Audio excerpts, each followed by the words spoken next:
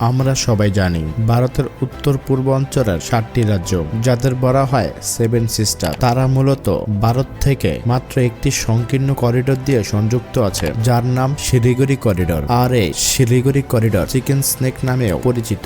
ভারতের এই chicken snake যদি কোনোভাবে বন্ধ বা দখল হয়ে যায়, তাহলে ভারতের উত্তর পূর্ব অঞ্চল মূল ভূখণ্ড থেকে প্রায় বিচ্ছিন্ন হয়ে যাবে। কিন্তু আমরা যে বিষয়টি জানি না সেটি হচ্ছে বাংলাদেশেরও ভারতের মতো একটি চিকেন স্নেক আছে। বাংলাদেশের মানচিত্রে মাত্র 25 কিলোমিটারের একটি সংকীর্ণ অঞ্চল। আর এই অঞ্চলটি যদি বন্ধ হয়ে যায়, তাহলে পার্বত্য চট্টগ্রাম এবং রংপুর কি পুরো বাংলাদেশ থেকে বিচ্ছিন্ন হয়ে যাবে? ভারত আমাদের বেশ কয়েক বছর ধরে এই ভয় দেখাচ্ছে। এখন প্রশ্ন হচ্ছে, ভারত কি বাংলাদেশের চিকেন স্নেক নামে খ্যাত অঞ্চলটি দখল করতে পারবে? আর তাই যদি করে, তাহলে সেটি কিভাবে করবে? নাকি ভারতের জন্য এটি শুধুই কাল্পনিক? আমরা আগেও দেখেছি ভারত আমাদের বিভিন্ন সময়ে আইন লঙ্ঘন করে বন্যার পানি দিয়ে ডুবিয়েছে। বিভিন্ন সময়ে পার্বত্য চট্টগ্রাম অঞ্চলকে তারা অস্থিতিশীল করে তোলে। ভারত বাংলাদেশের উপরে তাদের হুকুম কায়েম করতে চায়, কিন্তু বাংলাদেশের মানুষ ভারতের অন্যায়ের বিরুদ্ধে সোচ্চার আছে। বাংলাদেশ যখনই ভারতের আধিপত্য থেকে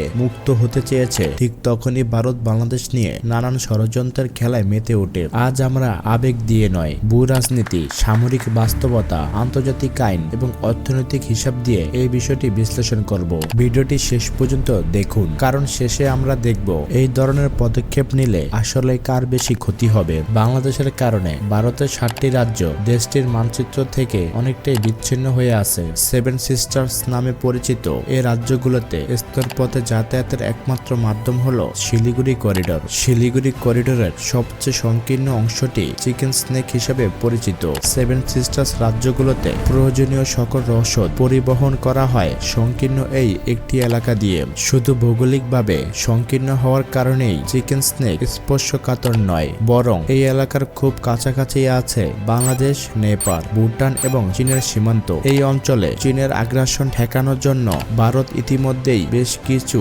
সুদূর প্রসারী সামরিক পরিকল্পনা বাস্তবায়ন করেছে।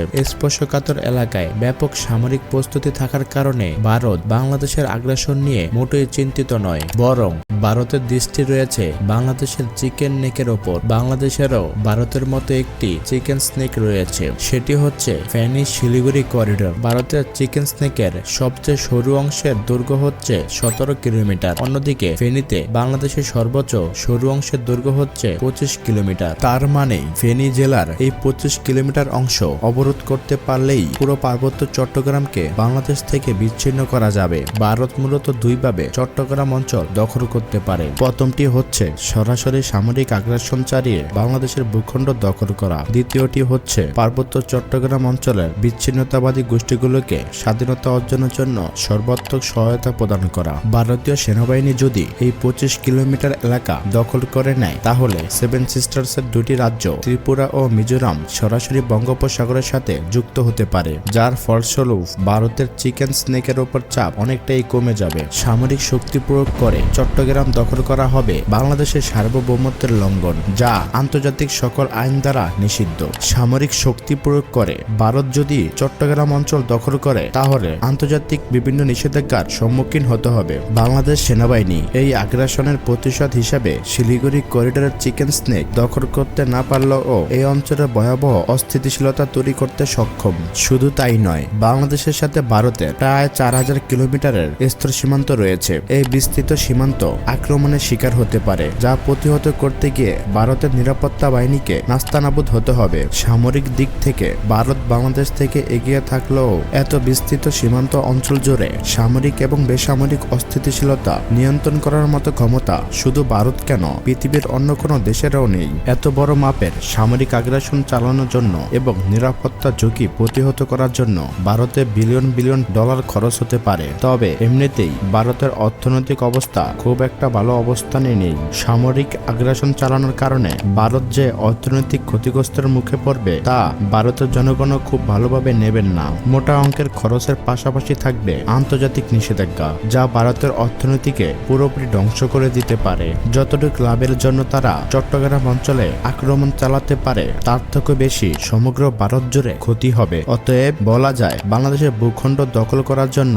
ভারত সরাসরি সামরিক আগ্রাসন চালাবে না। তাই বিশেষজ্ঞরা মনে করেন ভারত কূটকৌশলের মাধ্যমে বাংলাদেশকে অস্থিতিশীল করে তুলতে পারেন। পার্বত্য চট্টগ্রাম অঞ্চলের বিচ্ছিন্নতাবাদীদের মদত দেওয়ার মাধ্যমে এই এলাকা দখলের জন্য সিকিম মডেলকে আদর্শ হিসেবে মনে করতে পারে ভারত। ভারতীয় গোয়েন্দা সংস্থা রয়ের মাধ্যমে সিকিমের জনগণের মধ্যে রাজতন্ত্র বিরোধী মনোভাব সৃষ্টি করেছে। একটি প্রহসনমূলক গণভোটের মাধ্যমে স্বাধীন সিকিম রাষ্ট্রকে ভারতের 22তম রাজ্য হিসাবে অন্তর্ভুক্ত করা হয়েছিল। পার্বত্য চট্টগ্রাম দখলের ক্ষেত্রেও তারা প্রথমে পার্বত্য অঞ্চলের বিদ্রোহীদের অস্ত্র সহ সকল ধরনের সহায়তা দিতে পারে ভারত বাংলাদেশ থেকে স্বাধীন হতে। তবে বাংলাদেশ থেকে স্বাধীন হওয়া এইসব বিদ্রোহী গোষ্ঠীগুলোর জন্য মোটেও সহজ বিষয় নয়। তবে সাম্প্রতিক সময়ে আমরা দেখেছি পাহাড়ি অঞ্চলগুলো নানান কারণে অস্থিতিশীল থাকে। পার্বত্য চট্টগ্রাম অঞ্চলের পাহাড়ি এবং বাঙালিদের মধ্যে সাম্প্রদায়িক দাঙ্গা ছড়িয়ে দেওয়ার জন্য ভারতের গোয়েন্দা সংস্থা র কাজ করতেছে। বিভিন্ন তথ্য এবং সোশ্যাল মিডিয়ার মাধ্যমে আমরা জেনেছি বাংলাদেশকে অস্থিতিশীল করতে ভারত বিপুল পরিমাণ অর্থ প্রদান করে থাকে। আমরা সবাই অবগত আছি বাংলাদেশ সরকারের বিভিন্ন পদে ভারতীয় লোকবল কর্মরত আছেন। তারা বাংলাদেশের তুলনায় ভারতের স্বার্থকে বেশি প্রাধান্য দিয়ে থাকে এবং তারা বাংলাদেশের পক্ষে যে কোনো সিদ্ধান্তকে বাধাগ্রস্ত করে। অভিযোগ আছে 1997 সালের শেখ হাসিনা সরকার পার্বত্য শান্তি চুক্তি স্বাক্ষর করেছিলেন। সেই চুক্তির শর্তগুলো ভারত এমনভাবে নির্ধারণ করে দিয়েছিল যে সরকার চাইলে সে চুক্তির সম্পূর্ণ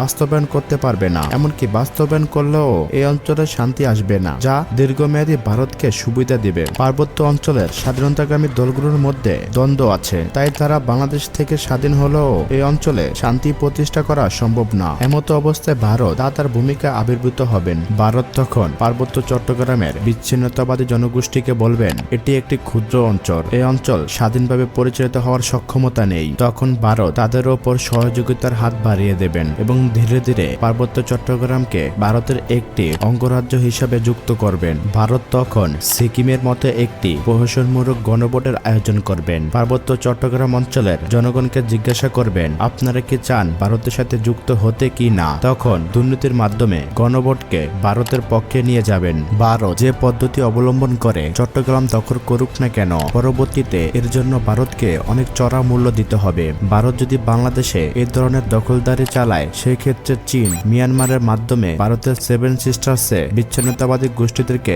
মদত দিয়ে ভয়াবহ অস্থিতিশীলতা তৈরি করতে সক্ষম হতে পারেন। বলা হয়ে থাকে ভারত বর্তমানে আড়াই দিক দিয়ে যুদ্ধের সাথে জড়িয়ে আছেন। একটি হচ্ছে পাকিস্তান, অন্যটি হচ্ছে চীন এবং বাকি অর্ধেক হচ্ছে ভারতের মধ্যকার বিচ্ছিন্নতাবাদী গোষ্ঠীর সাথে। এমন অবস্থায় বাংলাদেশের সাথে সরাসরি কিংবা গোপনে যুদ্ধে লিপ্ত হওয়া ভারতের জন্য সবচেয়ে বড় বোকামি হবে। ভারত হয়তো আমাদের থেকেও সামরিক দিক থেকে এবং অর্থনৈতিক দিক থেকে অনেক আগিয়ে আছে, কিন্তু আমাদের যুবকরা এদের থেকেও অনেক আগিয়ে আছে সাহসে। বুলেটের সামনে বুক পেতে দিতে একবারও ভাববেন না বাংলাদেশের জেনজি। বাংলাদেশের মানুষ ভারতের আগ্রাসনকে কোনো মতেই সহ্য করবেন না। ভারত যদি বাংলাদেশের সাথে সম্পর্ক বজায় রাখতে চান, তাহলে সেটি হতে হবে ন্যায় এবং ইনসাফের ভিত্তিতে। আওয়ামী লীগ সরকারের আমলের মতো কোনো হুকুমদারিত্ব চলবে না। ভারতের ষড়যন্ত্রকে নস্যাৎ করার জন্য বাংলাদেশের সরকারের উচিত সামরিক এবং কূটনৈতিক দিক দিয়ে আরো শক্তিশালী হওয়া। ভিডিওর কমেন্টে অবশ্যই আপনার মতামত দিয়ে যাবেন। চ্যানেলটি সাবস্ক্রাইব করতে ভুলবেন না।